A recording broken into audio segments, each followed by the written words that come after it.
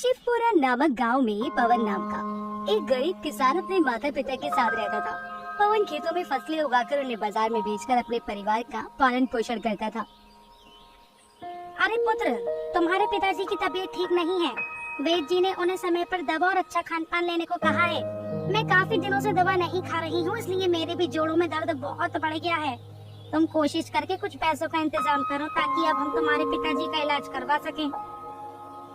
हाँ माँ, इस बार जैसे ही अच्छी फसल होगी मैं उसे बेचकर अच्छे पैसे कमा लूंगा।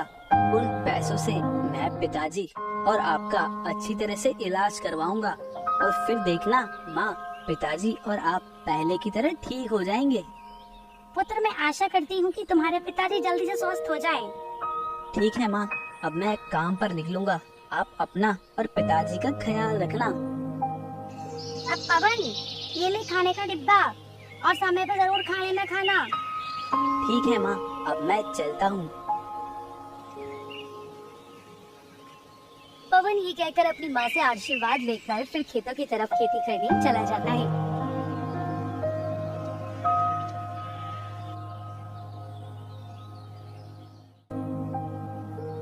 इस बार मुझे कुछ न कुछ करके अच्छी फसल उगानी ही होगी, क्योंकि अगर इस बार फसल खराब हुई तो मैं बर्बाद हो जाऊंगा और अब मेरे पास भी इतने पैसे नहीं हैं कि मैं फिर से फसल उगा सकूं। पवन ये कहकर खेतों में बीज बोने लगता है। तभी वहाँ उसके गांव का एक दोस्त कमल आता है और कहता है, तुम क्या कर रहे हो? कुछ नहीं कमल, मैं दोबारा खेतों में इन बीजों को लगा रहा हूँ। पवन, ये तो मुझे भी दिख रहा है कि तुम इन बीजों को खेतों में लगा रहे हो, मगर तुम जानते हो ना कि इस समय मौसम किस तरह से बदल रहा है। कभी धूप आ जाती है तो कभी बारिश आ जाती है। तुम्हें क्या लगता है कि तुम्हारी फसल उगेगी? हाँ, मुझे भगवान पर पूरा यकीन है कि इस बार मेरी फसल बहुत अच्छी उगेगी। पवन ये कहकर दोबारा से अपने काम में लग जाता है। पवन का दोस्त कमल मुंह बनाकर वहाँ से चला जाता है।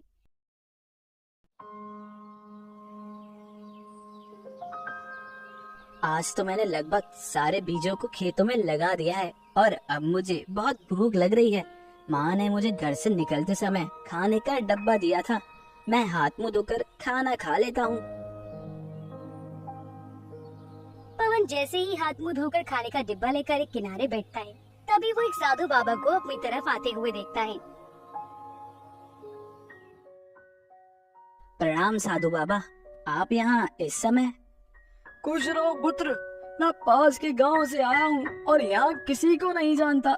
मैं 2 दिनों से बहुत भूखा हूँ। मेरे पास पैसे भी नहीं है कि मैं कुछ खा सकूं। साधु बाबा, आपको भूख लगी है, आप ये खाना खा लीजिए।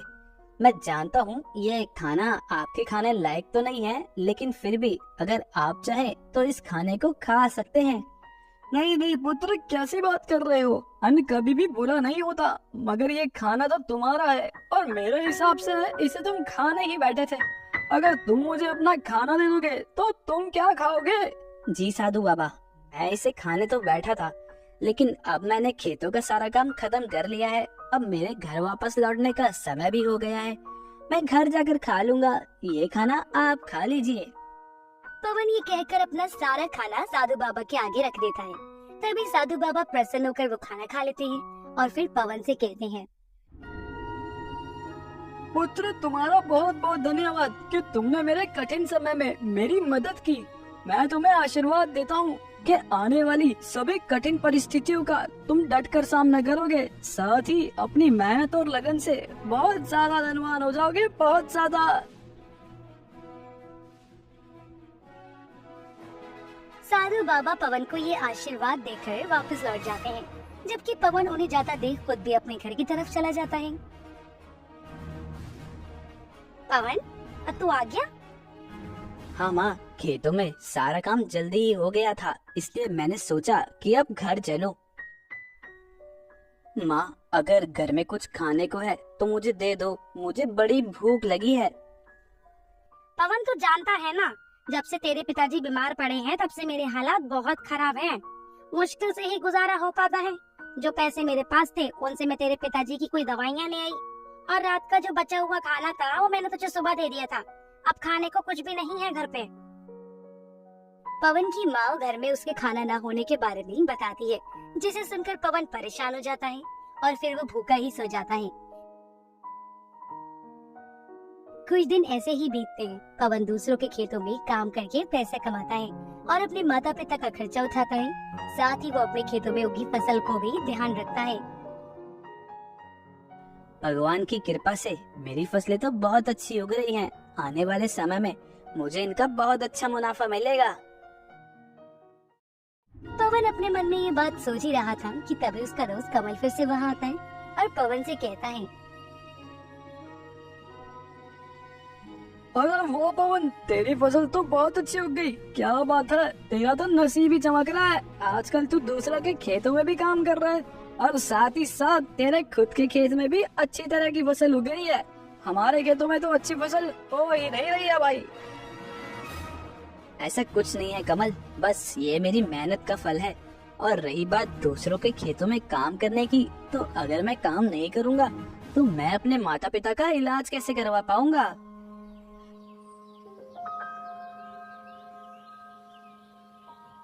पवन कमल से ये सब कह ही रहा था कि तभी अचानक मौसम खराब हो जाता है और देखते ही देखते ही बारिश शुरू हो जाती है।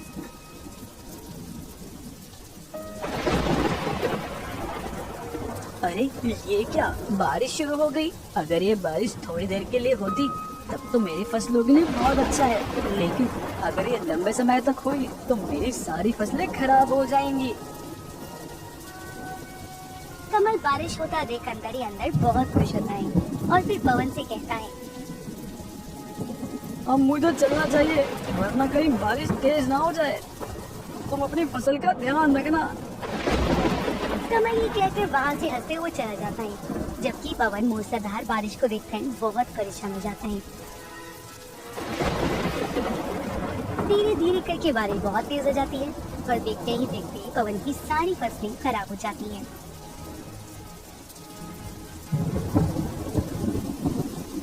मैं बर्बाद हो गया, मेरी सारी मेहनत बेकार हो गई। पवन ये सोचकर दुखी मन से अपने घर वापस लौट जाता है। क्या हुआ पवन, तू बहुत परेशान लग रहा है।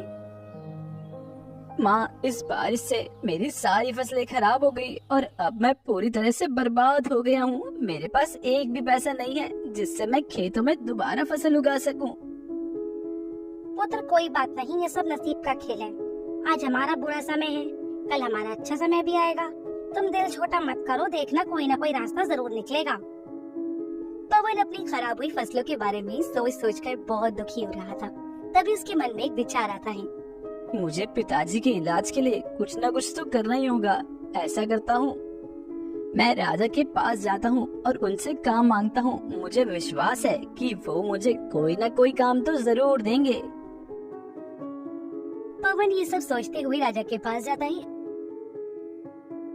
और राजा से कहता है, प्रणाम महाराज, मैं पवन हूँ। मैं इसी गांव में रहने वाला एक गरीब किसान हूँ।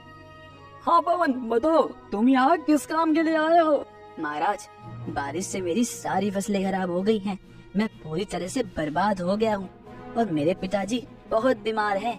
मेरे पास इतने पैसे भी नहीं हैं जिससे मैं अपने पिताजी का इलाज करवा सकूं। इसलिए मैं आपके पास आया हूँ। आप मुझे कोई काम दे दे जिससे मैं अपने परिवार का पालन पोषण कर सकूं। राजा पवन की बात सुनकर पवन से कहता है, ठीक है पवन, मैं तुम्हें अपने महल में काम पर रखता हूँ। तुम्हें मेरे महल के बगीचे में लगे सारे पेड़ पौधों की काट छाट करनी होगी। पवन राजा के दिए हुए काम को खुशी खुशी स्वीकार कर लेता है, जबकि पवन उसी महल के बगीचे में कमल भी पेड़ पौधों को काट छाट करता है। कमल पवन को महल में देख अंदर से क्रोधित हो जाता है और मन में सोचता है, अच्छा तो पवन अब यहाँ भी काम करने लगा है। देखता हूँ ये यहाँ कैसे काम करता है। कमल ये सोचते हुए वहाँ से चला जाता है। कुछ दिनों बाद राजा पवन से काम से बहुत खुश थे। वहीं राजा की खुशी देखकर कमल एक चाल चलता है। इस सारे खजाने को मैं पवन के झोले में रख दूंगा और जब इस खजाने को तोला जाएगा तब मजा आएगा। कमल राजा के खजाने को चुराने के बाद पवन के झोले में रख देता है और फिर वो चला जाता है। कुछ समय बाद मंत्री जी राजा से कहते हैं, महाराज, महल से आपका खजाना गायब हो गया है। मंत्री जी, आप ये क्या कह रहे हो? मेरा खजाना महल से आखिर किसने चुराया? राजा अपने खजाने की चोरी होने की बात सुनकर महल में काम करने वाले सारे नौकरों को एक जगह बुलाकर उनसे पूछताछ करते हैं। देखो, मैं जानता हूँ कि मेरा खजाना तुम में से किसी ने चोरी किया है। जिसने भी ये काम किया है वह चुपचाप मुझे बता दो। अगर तुमने खुद अपने मुंह से सच बता दिया तो मैं तुम्हें सजा नहीं दूंगा, लेकिन अगर मैंने खुद तुम्हें रंगे हाथों पकड़ लिया तो मैं तुम्हें बुरी सजा दूंगा, बुरी। राजा सबसे अपनी बात कह रहे थे, तभी कमल बोलता है, महाराज, मैंने कमल को उसके झोले में कुछ छुपाते हुए देखा था। हो सकता है कि वो आपका खजाना हो। आप उसकी तलाश लीजिए। राजा कमल की बात सुनकर मंत्री को पवन की तलाशी लेने के लिए कहते हैं। महाराज, ये देखिए, ये आपका खजाना पवन ने अपने झोले में छुपा रखा था। नहीं नहीं महाराज, मैंने कोई चोरी नहीं की है। मैं नहीं जानता कि ये खजाना मेरे झोले में कहाँ से आया। अरे पवन, मैंने तुम्हें गरीब समझकर तुम्हारी मदद की और तुमने बदले में यह किया? नहीं महाराज, मैंने ऐसा कुछ नहीं किया। मैं अपने बूढ़े माता पिता की कसम खाता हूँ। ठीक है पवन, मैं तुम्हें सजा नहीं दूंगा, लेकिन अब तुम इस महल में काम नहीं कर सकते। तुम्हें यहाँ से जाना होगा। राजा ये कहकर पवन को अपने महल से निकाल देते हैं। पवन मायूस होकर जंगल की तरफ चला जाता है।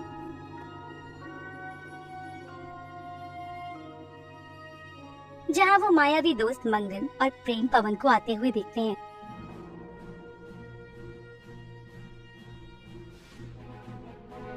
लगता है कोई गांववासी हमारे जंगल की तरफ आया है। हाँ, और मुझे लगता है ये बेचारा अपने जीवन से बहुत परेशान है। अच्छा, चलो हम दोनों खोरी चल के उससे पूछ लेते हैं। अरे सुनो, तुम कौन हो और यहाँ क्यों आए हो? हमने तुम्हें यहाँ पहले तो कभी नहीं देखा। मेरा नाम पवन है और मैं इसी गांव में रहता हूँ, लेकिन राजा ने मुझ पर चोरी का झूठा इल्जाम लगाकर मुझे अपने महल से निकाल दिया और अब मेरे पास एक भी पैसा नहीं है जिससे मैं अपने परिवार का पालन पोषण कर सकूं। तुम्हारे साथ तो बहुत बुरा हुआ। बताओ, हम तुम्हारे लिए क्या कर सकते हैं? देखो पवन, परेशान मत हो। देखना, एक दिन सब कुछ ठीक हो जाएगा। अभी मंगल पवन से ये कह ही रहा था कि तभी पीछे से एक जहरीला सांप मंगल को डसने आता है। तभी पवन अपने पास रखी पेड़ों को काटने वाली कुल्हाड़ी से उस सांप पर वार कर देता है, जिससे वो सांप तुरंत मर जाता है। तुम्हारा बहुत बहुत शुक्रिया, तुमने मेरे दोस्त की जान बचाई। अगर ये सांप हम दोनों को काट लेता तो हम तो मर ही जाते, लेकिन तुमने ऐसा नहीं होने दिया। पवन प्रेम की बात सुनकर कहता है, कोई बात नहीं दोस्तों, ये तो मेरा फर्ज था। अगर तुम्हारी जगह कोई और भी होता तब भी मैं उनकी जान बचाता। पवन की ये बात सुनकर मंगल उसे एक सिक्का देता है और कहता है, मेरी तरफ से तुम्हारे लिए भेंट है। इस सिक्के को तुम हमेशा अपने पास रखना। लेकिन इसको अपने पास रखने से क्या होगा? यह सिक्का मुझे एक साधु बाबा ने दिया था। उन्होंने कहा था कि जिसके पास भी ये सिक्का होगा वह धनवान हो जाएगा। ठीक है मेरे दोस्त, धन्यवाद। पवन उस मंगल की बात सुनकर वापस अपने घर लौटता है। पवन के जाने के बाद मंगल और प्रेम गायब हो जाते हैं। इधर कमल राजा के खजाने से कुछ न कुछ चोरी करता रहता है और दिन कमल चोरी करते हुए पकड़ा जाता है। अच्छा, तो तुम हो असली चोर। मुझे माफ कर दीजिए सरकार, मैंने एक गरीबी के कारण किया। आज के बाद मैं कभी चोरी नहीं करूंगा। राजा से माफी मांगने के बाद वो पवन की सारी सच्चाई भी उन्हें बता देता है, जिसे सुनकर राजा खुद पवन से माफी मांगने उसके घर जाते हैं। राजा पवन के लिए ढेर सारा खजाना भी लेकर जाते हैं।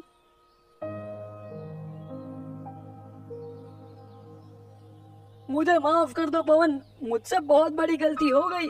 आज मैं अपनी गलती का पश्चाताप करने आया हूँ। मुझे उम्मीद है कि तुम मुझे माफ कर दोगे और मेरी तरफ से ये भेंट स्वीकार करोगे। कोई बात नहीं महाराज, मैंने आपको माफ किया। आपके सामने मेरी सच्चाई आ गई, यही मेरे लिए काफी है। मुझे इस खजाने का कोई लालच नहीं है। मुझे पता है पवन, तुम्हें इस खजाने का कोई लालच नहीं है, लेकिन मैं तुम्हें ये अपनी खुशी से दे रहा हूँ। राजा के बहुत कहने पर पवन वो खजाना लेता है और उस खजाने को पाकर पवन बहुत बहुत धन्यवान हो जाता है। ये देखकर पवन की माँ कहती है,